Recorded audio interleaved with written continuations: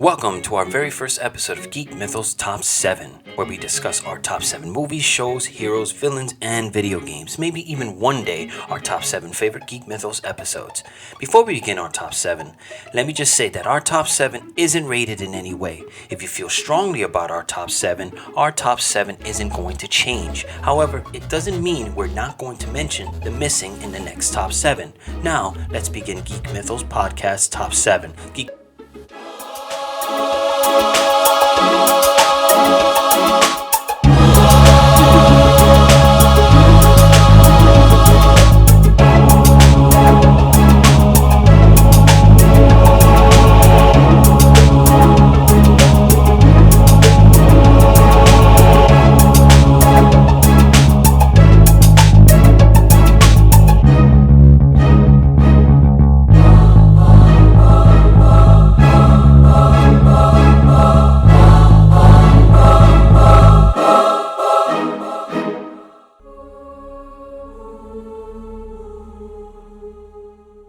On today's episode of Geek Mythos Podcast, we discuss our top 7. Did you know that Stephen King and Stanley Kubrick didn't get along during the film's production of The Shining, all because King didn't appreciate Kubrick's interpretation of his novel? Did you also know that the Overlook Hotel is based off a real haunted hotel in Colorado known as the Stanley Hotel? It is said by King himself that the inspiration for The Shining came from a nightmare he had that involved his son. Regardless of how King felt about Stanley Kubrick's interpretation of the novel, or if you prefer the novel over the film, or vice versa, it is safe to say that The Shining is by far one of the best horror movies ever made. The moment the film starts, you're instantly enthralled by the ominous score that instantly encapsulates the essence of the film. Once you enter the Overlook Hotel, you never want to leave. The little history that resides behind the hotel walls begin to close in on you, leaving you with a bitter taste of questions. Of course, you might just see The Shining as just another horror movie. However, it goes without saying that the film isn't just about the Overlook, it's about the newly arrived caretakers of the Overlook Hotel, the Torrance family. Although you spend the entirety of the film following the Torrance family around, you can't help but place your focus on Jack Nicholson's performance as Jack Torrance. I've seen The Shining more than I can count, and I can honestly say that every moment Nicholson is on screen is absolutely breathtaking. And if you were to ask me right now, do I prefer Nicholson Shining or Nicholson Joker? Surprisingly, you're going to hear Nicholson Shining. At the very beginning of the film, when we're first introduced to Jack Torrance, Nicholson's portrayal of the character is likable. He's just your run-of-the-mill average family man looking for work. But through the progression of the film, it becomes apparent that Jack Torrance is slowly descending into chaos, that by the end of the film, he is completely oblivious. Remember when I said the film will leave you with a bitter taste of questions? Well, that's coming up. The series of ghosts that haunt the Overlook interact with the Torrance family, particularly Jack and Danny. Danny's a child blessed with extraordinary abilities to see the dead, read minds, and see the future. If his gifts aren't weird enough, Danny also communicates with an imaginary friend named Tony, who throughout the film protects him from danger. When Danny first meets Dick Halloran, the innkeeper of the Overlook Hotel, Mr. Halloran senses Danny's ability and is reluctant to discuss his blessings. In his conversation with Danny, Mr. Halloran tells him about his gifts and reveals to Danny that his abilities are known as the Shining. When Danny asks Mr. Halloran about what happened in 237, Halloran immediately reacts in an outburst and tells Danny never to enter 237. Dick Halloran is later on murdered by Jack.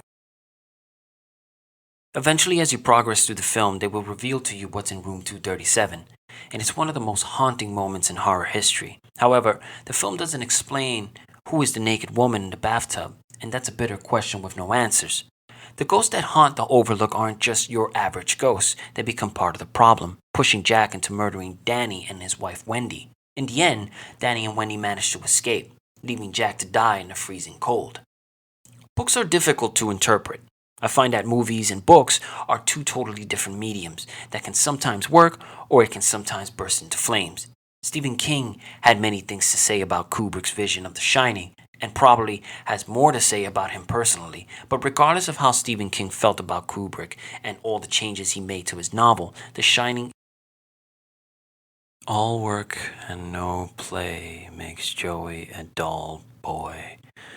All work and no play makes Joey a dull boy. All work and no play makes Joey. 1, 2, Freddy's coming for you. 3, 4, better lock your door. 5, 6, grab your crucifix. 7, 8, gonna stay up late. 9, 10, never sleep. It was around the late 70s when we were first introduced to the Texas Chainsaw Massacre and Halloween, two highly rated films that came out of the horror genre. In the early 80s, Friday the 13th became a huge hit that created one of the most talked about monsters in horror history, Jason Voorhees. A few years later, way before Scream became a huge hit at the box office, writer and director Wes Craven gave birth to one of the most notorious monsters in horror history, Freddy Krueger. When Craven was asked what inspired him to write A Nightmare on Elm Street, he concluded in an article that he was inspired by a family who survived the killing fields in Cambodia, but a young boy in the family found it difficult to sleep due to the serious. Craven said he told his parents he was afraid that if he fell asleep, the thing chasing him would get him, so he tried to stay awake for days at a time. When he finally fell asleep, his parents thought this crisis was over. Then they heard screams in the middle of the night. By the time they got to him, he was dead. He died in the middle of a nightmare.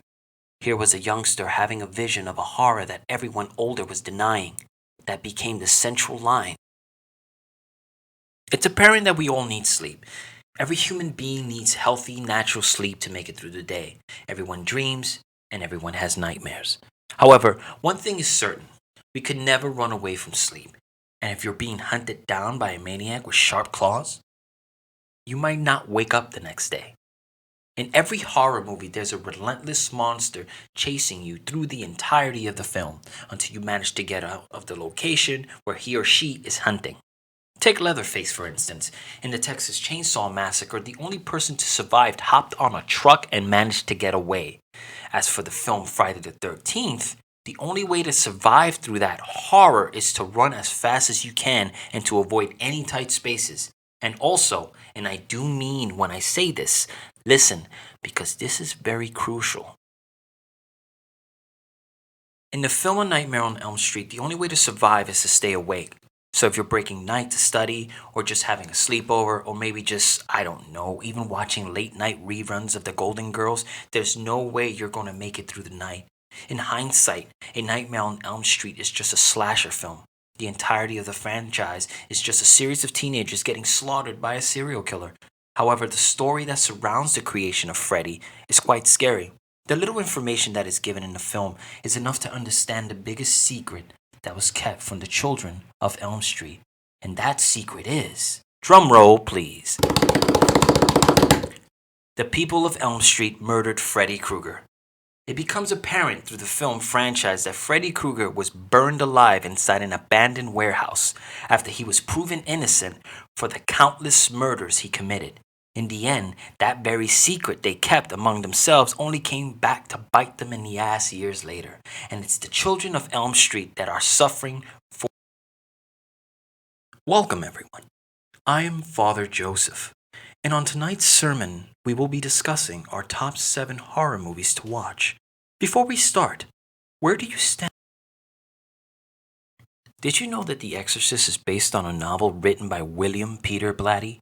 A book that was inspired by a real-life demonic possession that took place in 1949? Did you also know there's actually The Exorcist 3 that was also written by William Peter Blatty that ignores the events that take place in the film The Exorcist 2, The Heretic? Before I begin to tell you why this movie is included in our top 7 horror movies to watch, let me clarify that everything that I'm about to tell you is not an exaggeration, that the events that took place behind the scenes of the film The Exorcist were absolutely and horrifyingly.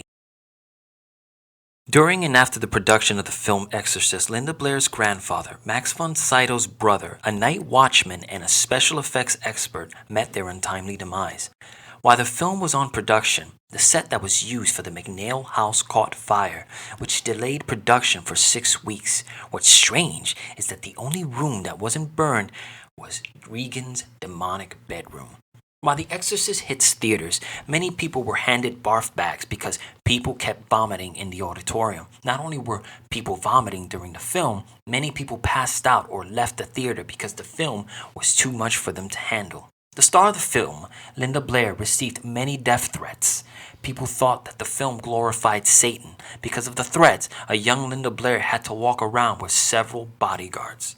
The film and novel was based off an exorcism that took place in Missouri 1949. Apparently, the devil's face appeared on the boy's leg before the voice of Saint Michael, the archangel, came out the boy's mouth, telling Satan to leave. Even though the film's production was an absolute horror from the very beginning and even after, the film doesn't fall far behind. If I were to rate the film on our top 7, I will place The Exorcist on my top 3, and it isn't because I once had a crush on Linda Blair or that I find films on demonic possession amusing.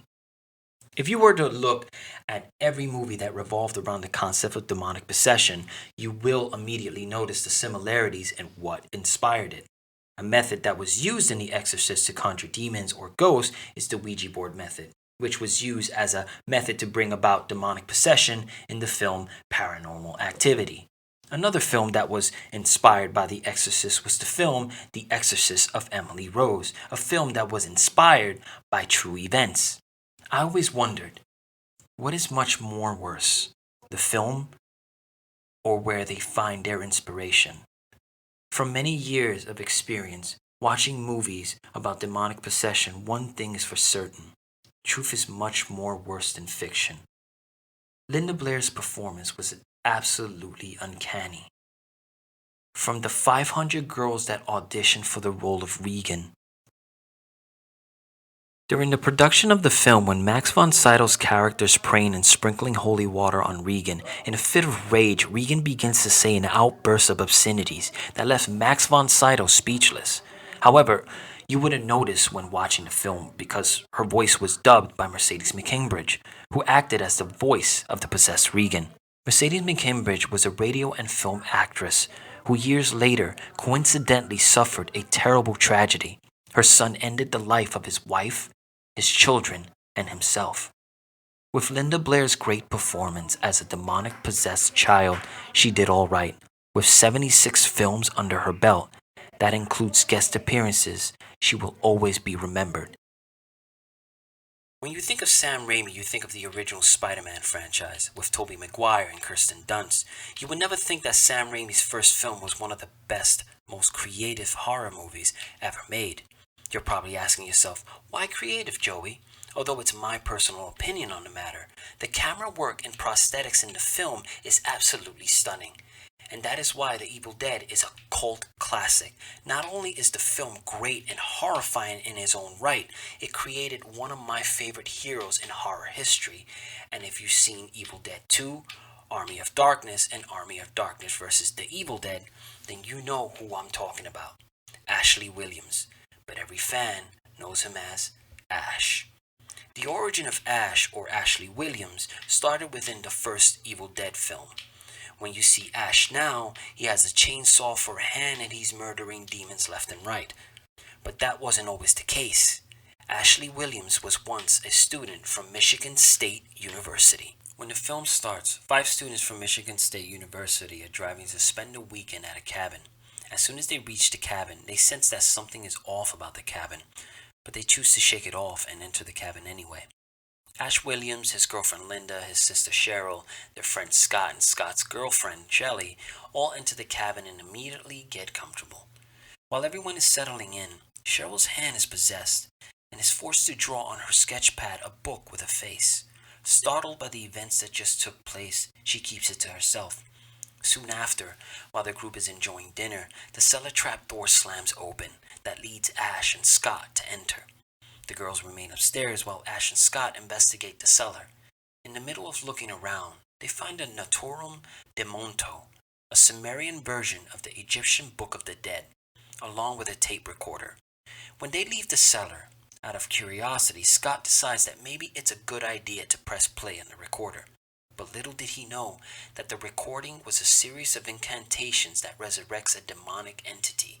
At this point, all hell breaks loose, and everything that happens to Linda, Cheryl, Scott, and Shelley is extremely fudged up. From the beginning, just like the Walking Dead television show, the zombies are mindless, slow-walking creatures who are slowly decaying and feeding on the living. Although mindless, there's a scene when Barbara is trying to start her car, and the zombie that is attacking her is trying to break the car window with a brick. That really does not look like a mindless zombie at all, does it? Night of the Living Dead and the series of sequels that Romero wrote never mentioned how the zombie apocalypse started or what caused it. No name was given to the living dead, not even an origin. Co-writer of the film, John A. Roussan, in an interview said the Rise of the Living Dead were demonic in origin. However, Romero never confirmed or denied the origin. In 1990, a remake was released, using Romero's script, but with slight changes. However, one thing didn't change. The film cast a black actor to portray the role of Ben. Fun fact, the role of Ben was given to African-American actor Tony Todd, who is well known to horror fans as Candyman. We've all heard of Freddy Krueger, Jason Voorhees, Michael Myers, Leatherface, and of course, Chucky. But did you ever hear of Candyman? Daniel Robitaille was the son of a slave on a plantation in New Orleans. One day, Daniel was hired by a wealthy landowner who wanted Daniel to paint a portrait of his beloved daughter, Caroline, which resulted in an affair. When Caroline became pregnant, her father, in a fit of rage, organized a lynch mob to hunt down Daniel. When Daniel was found, they cut his hand off, coated his entire body with honey, and was eaten by a swarm of bees. A child who tasted the honey called him Candyman, and in an act of harmony, they all chanted, "Candyman, Candyman, Candyman." They all chanted while the bees stung Daniel to death. Caroline's father taunted the tortured Daniel and forced him to look through a mirror that Caroline owned. Daniel died slowly, and his soul drifted into the mirror. Legend has it that if you say his name, Candyman, 5 times, he will appear. But I don't believe in that legend. It's pure nonsense. I am curious, what if I do call his name? Candyman? Candyman. Candyman. Candyman. Candyman. Although that is the origin of Candyman, his origin isn't part of the first film. The origin of Candyman is in the sequel, Candyman Farewell to the Flesh. In the first film, he's just a legend who is highly spoken about within the black community. Throughout the entirety of the film, we follow Helen Lyle, a graduate student who is writing a thesis on urban legends and folklore, which leads Helen into the Candyman legend. While researching for her thesis, as a joke, Helen and her friend decide to conjure Candyman in front of the mirror to prove to themselves that the Candyman legend is all a hoax to scare the children. Little does she know, she just opened a massive can of worms, or bees, so to speak. Soon after, Candyman begins to torment Helen throughout the entire movie. Candyman murders everyone she knows, murder everyone she came in contact with. What's even worse is that Candyman didn't take the blame for the murders. She did. In the end, Helen was killed in a fire while trying to protect the newborn. The film was different in comparison to all the other horror slasher films from the past and present. The settings in most horror slasher films take place in suburban areas, except for Friday the 13th and Texas Chainsaw Massacre, where they all take place in the middle of nowhere. As for the setting of the Candyman, it takes place in the urban streets of Chicago. Some of the scenes in the movie take place near the public housing projects of Chicago. What's strange is that the original short story that inspired the Candyman films take place in Liverpool, England. The story was originally written by playwright and horror writer Clive Barker, who is responsible for the creation of Pinhead and the Hellraiser series. The role of Candyman was given to Tony Todd, who is well known for the 1990 remake of Night of the Living Dead and the Final Destination franchise. And if you're a fan of the CW show Flash, he is the voice of Zoom. Tony's voice gave the Candyman character gravitas, and when he spoke with charisma and charm, qualities that made him even more frightening. Compared to all the monsters from the 80s, Candyman didn't have a deformity that made him look grotesque like Freddy Krueger or Leatherface. However, he did have a hook for a hand. Candyman also spoke to his victims. Those he would haunt or torment, he would speak to them with charisma and charm. And with that, he was able to hypnotize his victims. Although Candyman appeared to everyone who called on his name 5 times, however, throughout the film franchise, it isn't always the case. In the first film, Helen calls on Candyman once and survives. And through the entire film, he spends it haunting her and murdering everyone she loves. To this day, I consider the film Candyman one of the best horror slasher films, and it has nothing to do with Candyman himself, but everything to do with Tony Todd as an actor. Watch the film, and you'll understand why it's on the top 7 horror movies to watch. A couple of days ago, I asked my son who was the original killer in the Friday the 13th franchise, and just as I suspected, he said Jason. After the first film, the franchise decided to take a whole new direction by building on the lore and creating an original killer. To understand the film in its entirety, you have to see the original Friday the 13th. If you've seen the Friday the 13th reboot from 2009, it took elements from the original 1980 film and applied it to the reboot. Compared to the original franchise, the reboot failed to deliver. The series of slasher films that appeared in the 80s spawned a series of reboots that failed at the box office. I understand the importance of creating for a new generation of kids, but for me personally, I think people need to leave the 80s alone. Now back to the movie. Right from the very start of the film, a camp counselor at Camp Crystal Lake is murdered by an unknown killer. And as you progress through the film, that's all you're going to see. Regardless of all the murders that are being committed at the camp, you never get to see the killer until the end of the film. So throughout the entire film, all you see is the killer's point of view. The point of view of the killer creates an interesting dynamic with the viewer, making you part of the film, placing you as the killer, but also leading you into finding out who the killer really is. Around the beginning of the film, it is revealed through a conversation between Annie Phillips, who is about to reopen Camp Crystal Lake, and a truck driver, that a child drowned in 1957. Although this little bit of history of Camp Crystal Lake is minor at the moment, but that little piece of the camp's history is what drives the killer to murder. In the end, it's revealed that the killer who is murdering the camp counselors is the mother of the child who drowned in Camp Crystal Lake, Miss Voorhees. Soon after, while in the middle of the shore in a canoe, a fight between Miss Voorhees and the last living survivor ends in the decapitation of Miss Voorhees.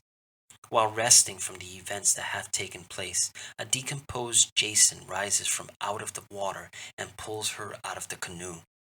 The last remaining survivor awakens at the hospital surrounded by police sergeant and the medical staff. When the survivor asks what happened to Jason, the sergeant responds that there was no sign of any boy. There you have it, my friend. A film with 2 absolutely incredible plot twists, and that is why my unique snowflakes, this is why it's on the top 7 horror movies to watch. Hey geeks, if you want to hear more from us, check us out on our Twitter, Facebook, and Instagram. Subscribe, like, or follow on any of the social networks mentioned, or on Spotify, iTunes, and Stitcher. We love to do what we do and hope you enjoy what we do. Just remember, Geek Mythos Podcast.